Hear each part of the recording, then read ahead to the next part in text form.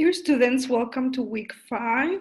Through this brief presentation, I'm going to be providing some feedback on previous assignments and the discussion, and I will be going over the assignment for this week.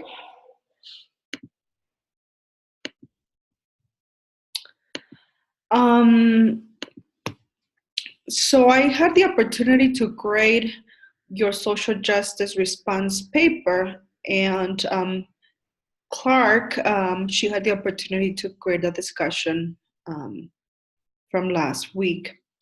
So for the social justice response paper, overall, I think as a group, as a class, you did very well.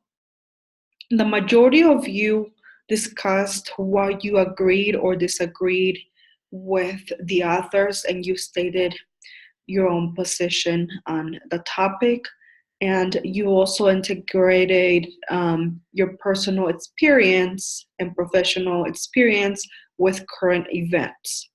So I think, again, you did great as a class. I think the greatest area of improvement is including citations and a reference page. You're not expected to use outside sources. You should only use the articles or readings that I assigned for that week. You can definitely bring in other sources, but you don't have to. But you should include the readings from the class and the reference page. And again, you should do more than summarize. You should be analytical and think about what you agree and disagree. With the discussions, again, I think overall as a class, you're doing great. You're integrating the readings with your personal and professional experience, and some of you are even bringing in examples from current events. With the response post, I want to emphasize that it is important to state why you agree or disagree with your classmates. It is not enough to say, I agree with you, great post, you did a good job. That's not enough. You should say why you agree or why you disagree. And again, as part of those, you should integrate different examples. And again, don't forget to include citations and references. I forgot to mention that for the reflection paper, you can use informal language and you can use first person, but you should still use correct grammar, and the same goes for the discussions. Please use correct grammar. And as I mentioned in the message that was sent out last week, Clark, she will be posting every week on Saturdays and Sundays a general response to the discussion, and I highly encourage you to take the time to read those, as she will be sharing her own experiences and expertise as part of those posts.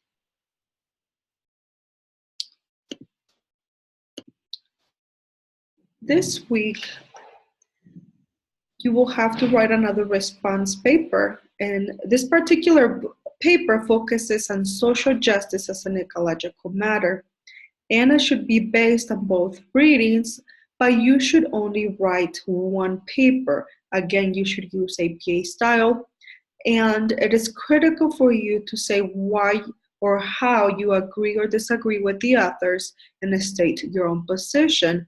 And again, it is highly encouraged for you to use personal and professional examples and also bring in current events. So again, the topic is social justice as an ecological matter. What does this mean? Many of you are already familiar with ecological systems theory, but for those of you who are not, let me go over ecological systems theory so that I can help you understand how ecological system relates to the topic of the assignment for this week. As you can see in this diagram, the child is in the middle, or the individual.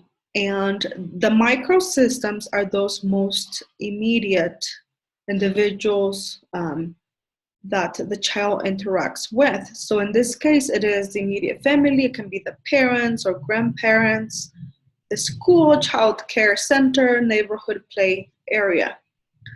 So as we think about this, we need to think about what is the interaction or the relationship that the child has with the parents. So for example, does the mother or father suffer from mental health issues? And as a result, does the child experience, for example, negative interactions with the parents? What is the home environment like? So that's a question that we can ask, thinking about the microsystem. The other one would be the school. So the child has a direct interaction with the school and its staff, including the teachers, principal, and other personnel. So what is the relationship like? Is the relationship with the teachers positive or negative? What kind of support do they receive at the school? The mesosystem is a relationship between those microsystems. So for example, in this case, the immediate family and let's say the school. So is the school accessible to the parents? Are they able to get information about their children's academic progress easily? Are the teachers approachable? Is the principal approachable? So that's an example of an interaction between, again, the immediate family and the school. So that would be the mesosystem. The next level is the exosystem, and those include, for example, individuals or institutions that the child may not have direct access or interaction with, but they are influenced indirectly through their immediate family. So in the case of the workplace, maybe the child has never been to the parent's workplace, but they're still influenced because maybe the parent works very long hours and they work in a very stressful situation. So in that case, it may affect their parents' mood, whether they're stressed at home, whether they're able to attend the child's parent-teacher conferences. Another one, which would be positive, would be community social services. So maybe the mother, or both the parents have access to parenting skills classes. They have access to healthcare and to mental health services. So that would have a positive and direct impact on the child. And the same would be for friends and neighbors and extended family. So maybe the child doesn't have a direct relationship with them, but they maybe extended family, friends, and neighbors. They serve a support system for the parents. So that would have a positive impact on the child as well. I'm sorry. And at the larger level, you would find the values, customs, policies, and laws of the state or federal level. Basically, is a context that affects the child and the family. So, for example, if it is an immigrant family and the family lives in Indiana, currently in Indiana, undocumented immigrants are not allowed to obtain a driver's license. So they may be very uptight and stressed about driving the child to extracurricular activities or taking them on vacation because they're afraid of driving without a license, being pulled over, being taken to jail, and being detained by immigration authorities. On the other hand, for example, in Colorado, undocumented immigrants are able to obtain a driver's license. And some counties in Colorado are more immigrant friendly. So, for example, in Colorado, immigrant families who are undocumented and are able to have a driver's license, they may feel less apprehensive about driving their children to extracurricular activities. There may still be other barriers, for example, the parents' job and not being able to be flexible.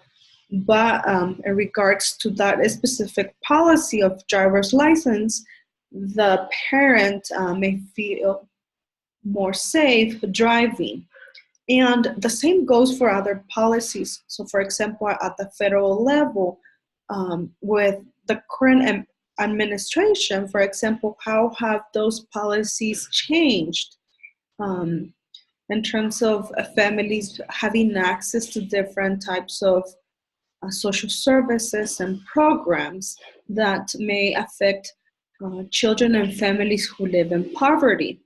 So in that case, that's why it is important to analyze the different systems and how they individuals may experience different types of social justice issues. So what kind of social justice issues do they experience at the workplace, at the school, at the federal and state level? At the community level, do they have access to resources that they need? And you can also think about the strengths and support systems. So what kind of support systems do they have in place? What kind of access to services do they have already that is impacting the child and the family positively? So that's why it is important to think about social justice from a systems level. And let me go back. So again, I wanted to explain to you why it is important and why social justice matters from an ecological perspective. And finally, I would like to mention that we have a one-on-one meeting for next week. So I would like for you to sign up for a time to meet with me. During that time, I would like to go over how you're doing in the class and also ask for your feedback and also see if you have any questions or concerns. And we will be going over one of the major assignments that we'll be doing in about 3 weeks from now. So again, the meeting will only be about 10 minutes long, so I highly encourage you to sign up for a time to meet with me so that we can get to know each other better and learn more about how the class is going for you. So thank you so much, and I hope you have a great week.